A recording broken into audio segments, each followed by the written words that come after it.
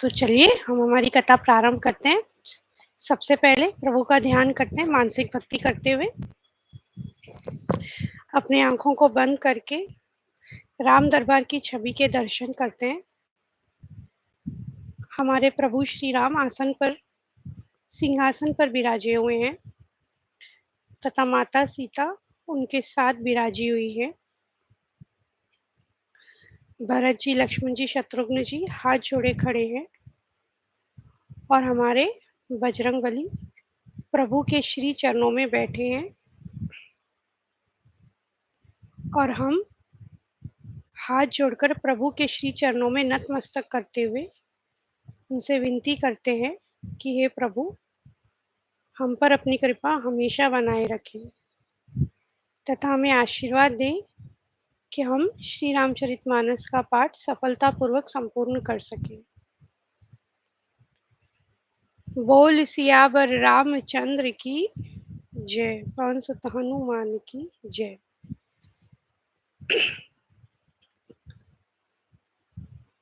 तो कल हमने देखा मैत्री यानी फ्रेंडशिप के बारे में।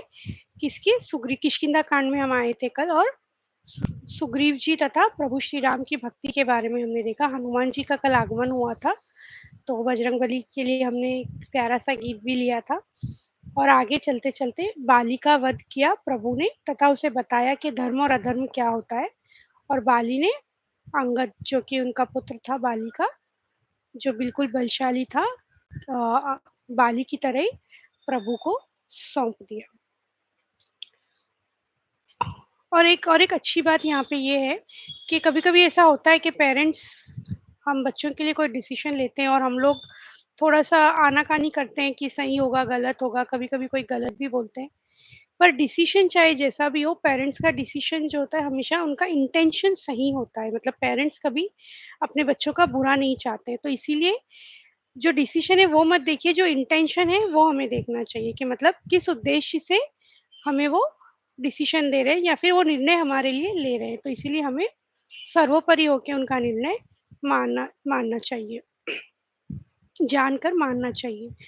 तो अब प्रभु ने वध कर दिया और बाली को उसके परम धाम भेज दिया तथा तारा बहुत व्याकुल हुई। प्रभु ने माया का उन्हें ज्ञान दिया एवं अज्ञान उनसे हर लिया था। कहने का तात्पर्य उन्हें समझाया प्रभु ने कि ये जो शरीर है, ये जो हमारा प्रत्यक्ष शरीर जो होता है, पृथ्वी, जल, अग्नि, आकाश और वायु, इन 5 तत्वों से ये अत्यंत अधम शरीर रचा गया है।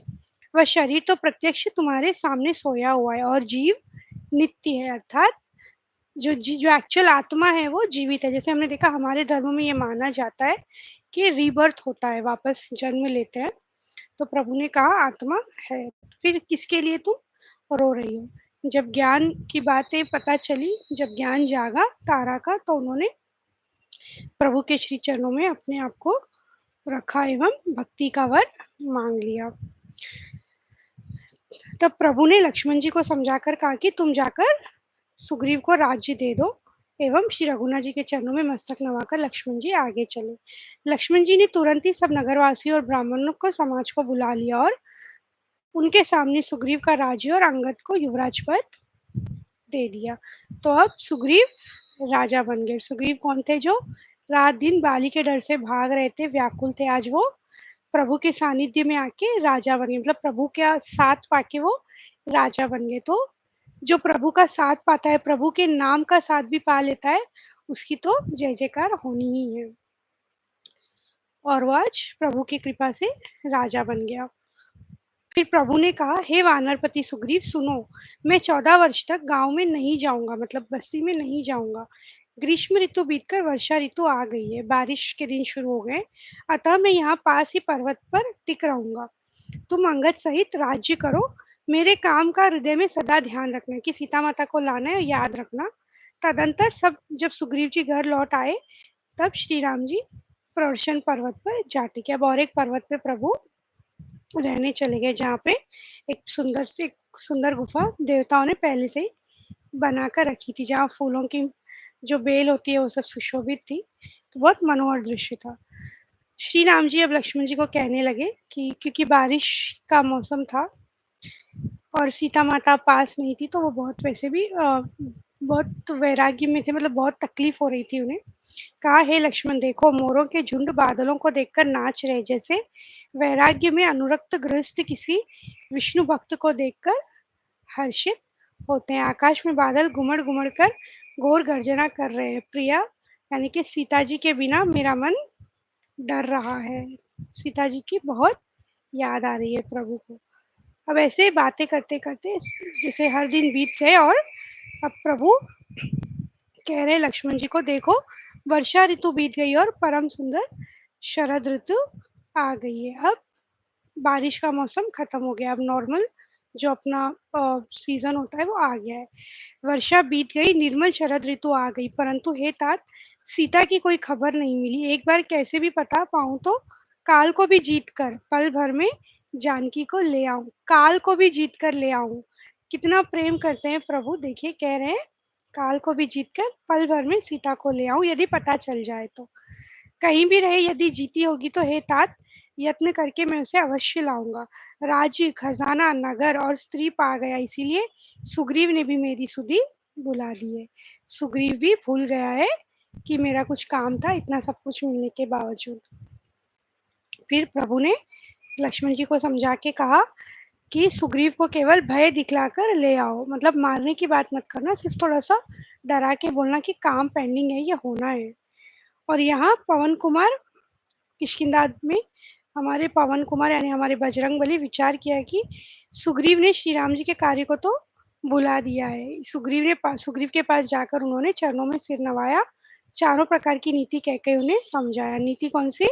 साम दाम दंड भेद सब समझाया। फिर हनुमान जी की बातें सुनकर सुग्रीव को थोड़ा सा भय हुआ। इतने में तो और कहला दो कि एक पखवाड़े में 15 दिनों में, अब जैसे हनुमान जी ने कहा, कहलवा दिया कि जितने भी वानर हैं 15 दिनों में सबके सब यहाँ पे आना चाहिए, नहीं तो मेरे हाथों उनका वध हो जाएगा। तो सभी वानरों को मैसेज भेजा गया। इतने में तो लक्ष्मण जी धनुष चढ़ाकर नगर की ओर आ गए और उनका रुख देखकर सब समझ गए कि थोड़े से गुस्से में है। तो हनुमान जी ने कहा कि आप तारा को साथ में लेकर जाइए। हनुमान जी से कहा बाली ने कि आप तारा को साथ में लेके जाइए। हनुमान जी ने तारा सहित जाकर लक्ष्मण जी के चरणों की वंदना की और प्रभु का सुंदर यश का बखान किया। तब पवन सुत हनुमान जी ने जिस प्रकार सब दिशाओं में दूतों के समूह गए थे, वह सब हाल कह सुनाया। जब जैसे ही लक्ष्मण जी ने पूछा तो हनुमान जी ने कहा कि चारों ओर मैसेज जा चुका है, सभी वानरों को बुलाया गया है। श्री रघुनाथ जी के चरणों में सिर नवाकर हाथ जोड़कर अब सुग्रीव ने क्या कहा? सुग्रीव जी अब इनके साथ गए प्रभु के पास, कहा, हे नाथ, मुझे कुछ भी दोष नहीं है। हे देव, आपकी माया अत्यंत ही प्रबल है। आप जब दया करते हैं हे राम, तभी तो यह छूटती है, अर्थात आप ही की माया है जो बहुत प्रबल है। तब प्रभु मुस्कुराकर बोले, हे भाई, तू मुझे भरत के समान प्रिय हो। अब मन लगाकर वही उपाय करो जिस उपाय से सीता की खबर मिले। इस प्रकार बातचीत हो ही रही थी कि वहां वानरों के झुंड आ गए। अनेक रंगों के वानरों के दल सब दिशाओं में दिखाई देने लगे। न जाने कितने, मतलब करोड़ों वानर, जिधर जिधर देखे डिफरेंट डिफरेंट टाइप्स के वानर, झुंड के झुंड, अनेक रंगों के, कलरों के वहां पे आ गए। शिव जी कहते हैं, हे उमा, क्योंकि हमारे शिव जी कह रहे हैं माता पार्वती से ये कथा, हे उमा, वानरों की वह सेना मैंने देखी थी, उसकी जो गिनती करना चाहे वह महान मूर्ख है। मतलब इतनी ज्यादा है कि उसकी गिनती करना बहुत ही इम्पॉसिबल। सब वानर आकर श्री राम जी के चरणों में मस्तक नवाते हैं और श्रीमुख के दर्शन करके कृतार्थ होते हैं। तब सुग्रीव जी ने सभी को समझाकर कहा कि श्री श्री रामचंद्र जी का कार्य है और मेरा अनुरोध है, तुम चारों ओर जाओ और जाकर जानकी जी को खोजो। महीने भर में वापस आ जाना, मतलब 1 महीने का टाइम है। सीता माता को पता लगा कि हमें आना ही आना है। जो इस अवधि बीतकर बिना पता लगाए ही लौट आएगा, उसे मेरे द्वारा मरवाते ही बनेगा। अर्थात बिना पता लिए आए तो मैं ही मारने वाला हूँ। सब रेडी थे। अब हे धीर बुद्धि, तब सुग्रीव ने अंगद, नल, हनुमान आदि प्रधान प्रधान योद्धाओं को बुलाया और कहा, मतलब बड़े बड़े जो और योद्धा थे उनको बुलाया और कहा कि तुम सब श्रेष्ठ योद्धा मिलकर दक्षिण दिशा को जाओ और किसी से सीता जी का पता पूछना। इन सभी को मिला के एक जगह पे भेज दिया और प्रभु ने हनुमान जी को बुलाया और कहा, जैसे ही हनुमान जी चरण छूने गए, प्रभु के नतमस्तक करने गए, तो उनसे कहा कि ये हाथ की अंगूठी है, ये उतार के कहना, सीता को समझाना और मेरा बल तथा विरह कहकर तुम शीघ्र लौट आना। एक अंगूठी जो थी वो दी, मतलब कि हाँ, आइडेंटिफिकेशन की मैं इनका ही दूत हूँ। अब सब वानर वन, नदी, तालाब, पर्वत और पर्वतों की कंदरों में खोजते हुए चले ही जा रहे हैं। मन श्री राम जी के कार्य में लवलीन है, शरीर तक का प्रेम भूल गए, मतलब खाना पीना सब कुछ भूल गए, ढूंढे ही जा रहे हैं, ढूंढे ही जा रहे हैं। उन्होंने फिर एक पहाड़ की चोटी पर चारों ओर देखा तो पृथ्वी के अंदर एक गुफा में और आश्चर्य सी बात दिखी उन्हें। वे गुफा में घुस गए, देर नहीं की उन्होंने, जिसमें एक तपोमूर्ति स्त्री बैठी हुई थी। सबने, अब वहां पे बहुत अच्छी नदी और सब कुछ था, तो सबने स्नान और किया आज्ञा पाकर सुस्त्री से, और फिर फल और खाए। अब उसने कहा, सब कथा कह सुनाई और कहा, मैं अब वहां जाऊंगी जहाँ श्री रघुनाथ जी है। तुम लोग आंखें मूंद लो और गुफा को छोड़कर बाहर जाओ, तुम सीता जी को पा जाओगे। जैसे ही कहा, सीता जी मिल जाएगी, बहुत ही सब खुश हो गए, आंख बंद किए और एकदम वो बाहर ही आ गए।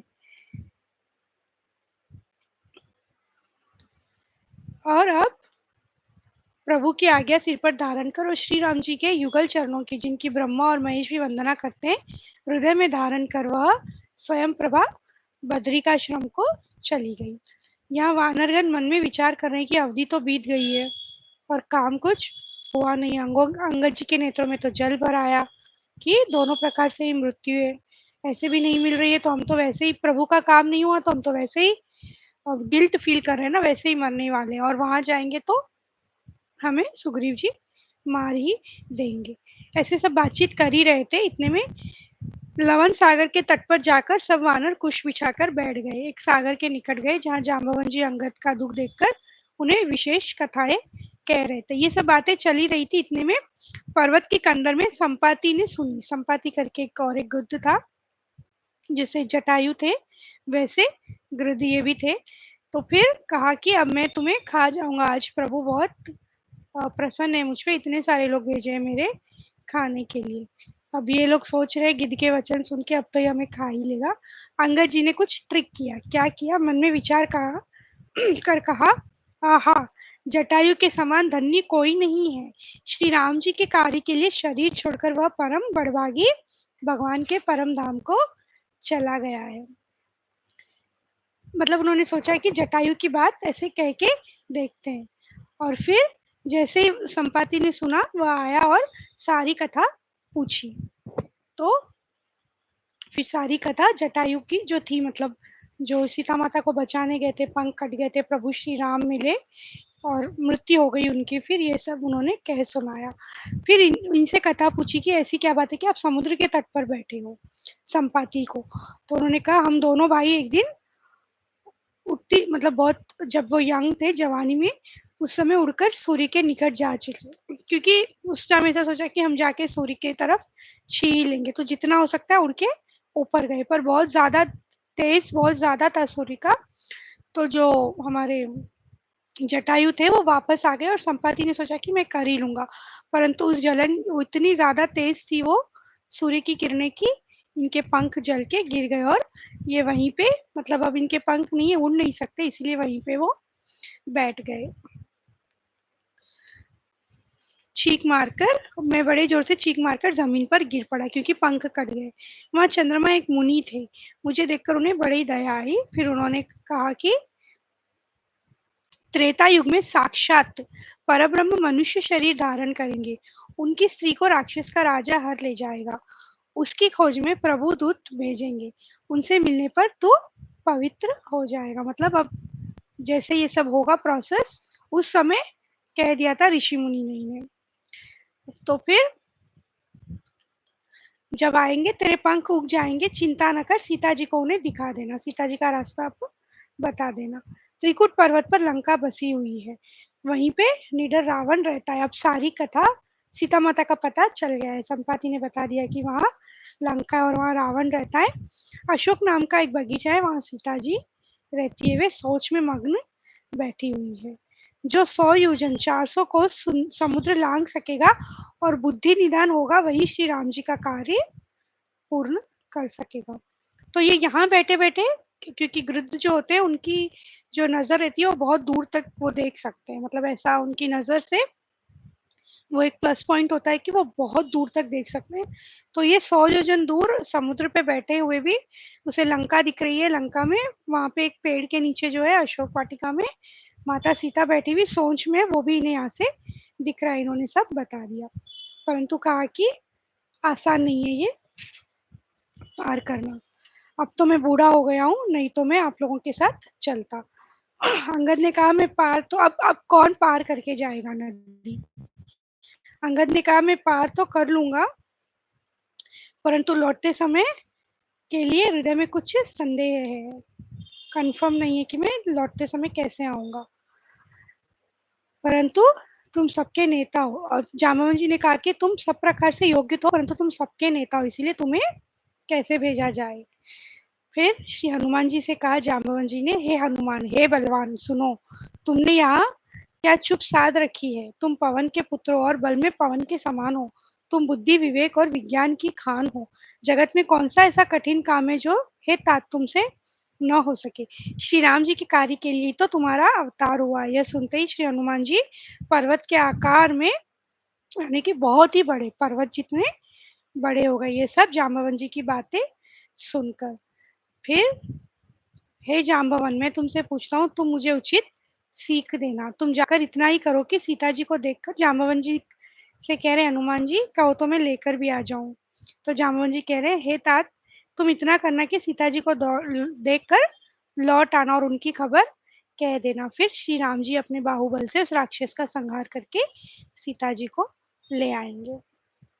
वानरों की सेना साथ लेकर राक्षसों का संहार करके श्री राम जी सीता जी को ले आएंगे। श्री रघुवीर का यश भव यानी जन्म मरण रूपी रोग की अचूक दवा है। जो पुरुष और स्त्री इसे सुनेंगे, त्रिशिरा के शत्रु श्री राम जी उनके सब मनोरथों को सिद्ध करेंगे। जिनके नीले कमल के समान श्याम शरीर है, जिनकी शोभा करोड़ों कामदेवों से भी अधिक है, और जिनका नाम पाप रूपी पक्षियों को मारने के लिए बधिक ही अर्थात व्याध के समान है, उन श्री राम के गुणों के समूह लीला को अवश्य सुनना चाहिए। इति श्रीमद् रामचरितमानसे सकल कलिशुष विध्वंसने चतुर्थ सोपानम समाप्तम। कलयुग के समस्त पापों के नाश करने वाली श्री रामचरितमानस का यह चौथा सोपान संपूर्ण हुआ। लंका दहन। श्री गणेशाय नमः। श्री जानकी वल्लभो विजयते। श्री रामचरितमानस पंचम सोपान सुंदरकांड। अब हम सुंदरकांड में आ गए हैं। सबसे पहले हम राम कहने वाले जगदीश्वर जी की वंदना करते हैं और फिर उनसे विनती करते हैं कि हमें अपनी पूर्ण भक्ति दें, और पवन पुत्र श्री हनुमान जी को हम प्रणाम करते हैं क्योंकि सुंदरकांड हमारे बजरंग बली पे ही है। अब जाम्बवन जी के वचन सुनकर उन्होंने कहा, हे भाई, तुम लोग दुख सहकर कंदमूल फल खाकर तब तक मेरी राह देखना जब तक मैं सीता जी को लेकर उनका पता लेकर ना हूँ, मतलब देख के ना हूँ। यह कहकर सबको मस्तक नवाकर हृदय में श्री रघुनाथ जी को धारण करके हनुमान जी हर्षित होकर चले। समुद्र के तीर पर एक सुंदर पर्वत है। पर्वत पे कूद कर बलवान हनुमान जी उस पर बड़े वेग से उछले। इतनी मतलब एक पर्वत पे चढ़ गए, ऑलरेडी वो खुद एक पर्वत जैसे बड़े हो गए। पर्वत पे चढ़े, जैसे ही चढ़े इतनी जोर से चढ़े कि वो पर्वत नीचे जमीन में धंस गया। मैनाक पर्वत को कहा कि हे मैनाक, तू इनकी थकावट, अब जैसे चढ़ गए, धंस गया वो पाताल में। जैसे श्री रघुनाथ जी का अमोघ बाण चलता है उसी तरह हनुमान जी चले। अब आगे चलते चलते एक मैनाक पर्वत था, उन्होंने कहा कि आप विश्राम कर लीजिए क्योंकि बहुत दूर से आप आए हैं। पर्वत ने कहा, आप थोड़ी देर आराम कर लीजिए। तो हनुमान जी क्या कह रहे, प्रणाम किया और कहा, श्री रामचंद्र जी का काम किए बिना मुझे विश्राम कहाँ है, मतलब प्रभु का काम जब तक ना हो जाए मैं आराम नहीं करूंगा।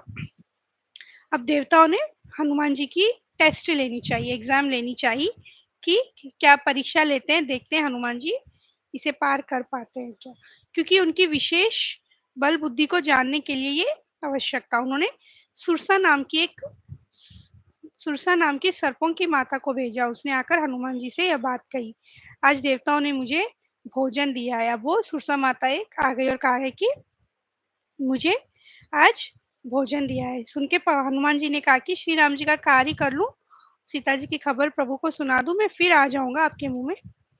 तो मैं आकर आप तुम्हारे मुंह में फिर घुस जाऊंगा, मतलब आप मुझे खा लेना फिर। हे माता, अभी मुझे जाने दो, मुझे काम करना है। वो नहीं मान रही थी। उसने कहा, मुंह में तो जाना ही पड़ेगा, मैं जाने तो नहीं दूंगी, मुंह में तो तुम्हें जाना, मुंह में जाना मतलब खाना ही हो गया ना, वो खा ही लेगी। राक्षस का रूप धारण करके आई थी सुरसा माता, नॉर्मल देवी के रूप में नहीं थी, टेस्ट करने के लिए। अब मुंह में जाए बिना तो ये छोड़ नहीं रही है, तो कुछ तो ट्रिक करनी पड़ेगी। क्या किया देखिए बजरंगबली ने, उसने योजन भर मतलब थोड़ा मुंह फैलाया, प्रभु ने अपने शरीर को और बड़ा कर लिया। जैसे वन टाइम अगर वो मुंह खोल रही है तो ट्वाइस प्रभु अपना रूप बड़ा कर रहे हैं। अब वो टू टाइम्स अपना मुंह बड़ा कर रही है, मतलब बराबर होने के लिए कि हनुमान जी को खा ले। हनुमान जी फोर टाइम्स बड़े होते जा रहे हैं। तो इस तरह से आगे आगे चलता ही रहा। अब इतना बड़ा मुंह कर लिया उसने, और हनुमान जी ने क्या किया, विद इन मिनट्स इतने बड़े विशाल रूप को उन्होंने बिल्कुल छोटा किया, मुंह में गए। और जब तक वो अपना मुंह, क्योंकि इतना बड़ा मुंह कर लिया था, उसको बंद करती ही थी, वो राक्षसनी जो बन के आई थी सुरसा माता, वो बंद कर ही रही थी, इतने में हनुमान जी जोर से अंदर गए मुंह में से और वापस निकल के आ गए। तो ये उनकी युक्ति थी, छोटा सा रूप धारण करके वो फिर से निकल के आ गए। फिर सिर नवाकर विदा मांगने लगी। तो उन्होंने कहा, मैंने तुम्हारी बुद्धि बल का भेद पा लिया है, जिसके लिए देवताओं ने मुझे यहाँ भेजा था। तुम श्री रामचंद्र जी का सब कार्य करोगे, क्योंकि तुम बल बुद्धि के भंडार हो, बल बुद्धि के विधाता है हमारे बजरंगबली। और फिर वो हर्षित होकर हनुमान जी को आशीर्वाद देके सुरसा माता चली गई। अब आगे जाते थे, समुद्र में सही में एक बड़ी राक्षसी मिली। वो राक्षसी रहती थी, उस वो क्या करती थी, जो भी ऊपर उड़ता था आसमान में, उसकी परछाई नीचे पानी में गिरती थी, उस परछाई को पकड़ के उसे वो बांध देती थी, जिससे वो अब हिल नहीं सकता था, जो उड़ता रहता था। तो वो परछाई को पकड़ लेती थी। हनुमान जी ने उसका हनुमान जी भी वही कर रहे हैं। हनुमान जी आकाश में उड़ने की कोशिश कर रहे हैं, किंतु वो उड़ नहीं पा रहे, वहीं अटक के रह गए। अब हनुमान जी को ये छल समझ में आ गई, परछाई देखी और उन्हें ये समझ में आ गया। उसको मारकर उन्होंने फिर समुद्र पार कर लिया। वहां जाकर उन्होंने वन की शोभा देखी। अब आगे गए, वन की शोभा देखी, पर्वत पर चढ़कर उन्होंने लंका देखी। बहुत ही ऊंचा है वो, मतलब जो लंका का महल है बहुत ही ऊंचा है, चारों ओर समुद्र है, सोने के परकोटे का परम प्रकाश हो रहा है, मतलब जो दीवारें और सोने की लंका कहते ही है ना, तो उन्होंने देखा कि सोने की लंका है। तो बहुत विशाल है, बहुत विशाल। कई दुष्ट राक्षस हैं, भैंसों, मनुष्यों, गायों, गधों और बकरों को खा रहे हैं। सारे राक्षस हैं, जो जीव मिल रहा है उसे खाते ही जा रहे हैं। भैंसों को, गायों को भी खा रहे हैं, राक्षस हैं। तो बहुत कुछ वो कर रहे हैं, देख रहे हैं हनुमान जी वहां से। अब उन्होंने सोचा कि यहाँ जाऊंगा तो मुश्किल होगी, छोटा सा रूप धारण किया और रात के समय नगर में प्रवेश करने का प्लान किया उन्होंने। अब बिल्कुल छोटे हो गए हनुमान, जितने छोटे, मच्छर जितना छोटा होता है ना उतने छोटे हो गए। और फिर वो जाने लगे लंका के द्वार पर। वहां पे लंकिनी नाम की एक राक्षसी रहती थी, जैसे सिक्योरिटी गार्ड होता है ना गेट के पास, तो वहां पे लंकिनी नाम की राक्षसी थी। वो एक मच्छर भी अंदर नहीं जा सकती थी, इस तरह से वो पहरा देती थी। जैसे ही देखा उसने पूछा, मेरा निरादर करते हुए कहाँ चले जा रहे हो, और सुना उन्होंने, बट सुमान नहीं रही थी। वो कह रही थी कि अब तुम तो मेरा आहार हो, मैं तुम्हें खाऊंगी। और फिर हनुमान जी ने उसे एक घूंसा मारा, खून की उल्टी करती हुई वो पृथ्वी पर लुढ़क गई। कौन, लंकिनी। अब फिर संभाल कर उठी और उसने बताया कि रावण ने जब ब्रह्मा जी को वर दिया था, तब चलते समय उन्होंने मुझे राक्षसों के विनाश की यह पहचान दी थी। जब वरदान दिया था ब्रह्मा जी ने, मुझे यह पहचान दी थी क्या, कि जब तू बंदर के मारने से व्याकुल हो जाए तब तू राक्षसों का संहार हुआ जान लेना। मेरे बड़े पुण्य है जो मैं श्री रामचंद्र जी के दूत को नेत्रों से देख पाई। तो वो जानती थी कि ऐसा ऐसा होने वाला है, अब नाश होने ही वाला है, परंतु मैंने प्रभु के दूत के दर्शन किए, ये तो मेरी किस्मत है। अब उसने कहा ठीक है, जा सकते हो। अब श्री रघुनाथ जी के हृदय में रखते हुए हनुमान जी ने नगर में प्रवेश किया। और हनुमान जी ने रावण को शयन किए देखा, परंतु महल में जानकी जी नहीं दिखाई दी। फिर एक सुंदर महल में गए, वहां एक अलग मंदिर बना हुआ था, धनुष बाण के चिन्हों से अंकित था, और जिसे देखकर वो बड़े ही हर्षित हुए। उसी मतलब वो सब लिखा, धनुष बाण सब उतारा हुआ था, जैसे विष्णु जी का पाठ चल रहा है वहां पे, राम नाम का जाप चल रहा है। और उसी समय विभीषण जी वहां पे जागे, उन्होंने विभीषण ने राम नाम का स्मरण उच्चारण किया, राम जी का नाम सुन लिया। बजरंगबली ने ब्राह्मण का रूप धार कर हनुमान जी ने उन्हें वचन सुनाए, उन्हें पुकारा। तब हनुमान जी ने श्री रामचंद्र जी की सारी कथा कहकर अपना नाम बताया। विभीषण जी ने कहा, हे पवन पुत्र, मेरी रहनी सुनो, मैं यहाँ वैसे ही रहता हूँ जैसे दांतों के बीच में बिचारी जीप रहती है, यानी राक्षसों के बीच में मैं जीप की तरह पिसता जाता हूँ, क्योंकि हरि की कृपा बिना संत तो नहीं मिलती, और मुझ पर प्रभु की कृपा है, इसीलिए मैं प्रभु का नाम लेता हूँ। मैं इतना अधम हूँ, राक्षस हूँ, फिर भी प्रभु ने मुझ पे कृपा की है। फिर विभीषण जी ने श्री जानकी जी का जिस प्रकार, मतलब कैसे वो लंका में रह रही है, वह सब कथा कह सुनाई। तो हनुमान जी ने कहा, मैं माता को देखना चाहता हूँ। और फिर विभीषण जी ने सब उपाय सुनाए कि कैसे मिलना है, क्या है। तब विदा लेके फिर से छोटा सा रूप धारण कर लिया बजरंगबली ने, और अशोक वन में सीता जी रहती थी वहां चले। तो अब सीता जी को देखने के लिए चले। सीता जी को देखकर हनुमान जी ने उन्हें मन ही में प्रणाम किया। शरीर दुबला हो गया, सिर पर जटाओं की एक वेणी है, मतलब एक लट है, हृदय में श्री रघुनाथ जी के गुण समूहों का जाप करती रहती है। पवन पुत्र हनुमान जी को यह सब देखकर बहुत ही दुख हुआ, जब माता सीता को देख के बहुत ही दुख हुआ। इतने में तो वहां रावण सज धज कर आ गया। उस दुष्ट ने सीता जी को बहुत प्रकार से समझाया, पर वो नहीं मानी। फिर क्या बोला उसने कि मैं सब रानियों से भी रानी बना कर रखूंगा, मंडोदरी की भी रानी बना कर रखूंगा, तुम्हें सब समझाया, किंतु वो नहीं मानती। क्या कर रही थी जानकी जी, तिनके की आड़ में पर्दा करके कहती है कि हे दुष्ट, तुझे रघुवीर जी के बाण की खबर नहीं है। तिनका पकड़ के कह रही है कि रघुवर जी के बाण की खबर तुझे नहीं है, मतलब अगर मेरे पति आ गए तो फिर तू बचने वाला नहीं है। रे पापी, तू मुझे सोने में हर लाया है, हे अदम, तुझे लज्जा नहीं आई, मतलब मुझे किडनैप करके लाया है, हरण करके लाया है, तुझे तो शर्म आई नहीं। फिर रावण को बहुत, और इतना सुन के बहुत तिलमिला गया, उसे बहुत ही गुस्सा आ गया, कहा कि मैं तुझे मार डालूंगा। फिर इतने में समझाया कि मंडोदरी और ने कि इस तरह से किसी भी स्त्री को मारना आपके लिए सही नहीं है। सीता जी कहती है, हे चंद्रहास, श्री रघुनाथ जी के विरह की अग्नि से उत्पन्न मेरी बड़ी भारी जलन को तू ही हर ले। बस फिर तो यही था, माता सीता कह रही है कि अब मरना ही सही है, कि क्योंकि प्रभु इतना ये सता भी रहा है, एक तो प्रभु का विरह ऑलरेडी सता ही रहा है उन्हें, कि प्रभु से दूर है, और ऊपर से रावण बहुत ही सता रहा था, और कोई खबर भी नहीं थी कि क्या हो रहा है क्या नहीं हो रहा है, प्रभु आए हैं नहीं आए, कुछ भी नहीं मालूम पड़ रहा था। तो उन्होंने कहा कि अब मरना ही सही है। उस समय त्रिजटा नाम की एक राक्षसी थी, वह सीता माता को फिर समझाने लगी। तो चलिए, आज का समय यहीं समाप्त होता है, हम हमारी कथा को आज विश्राम देते हैं।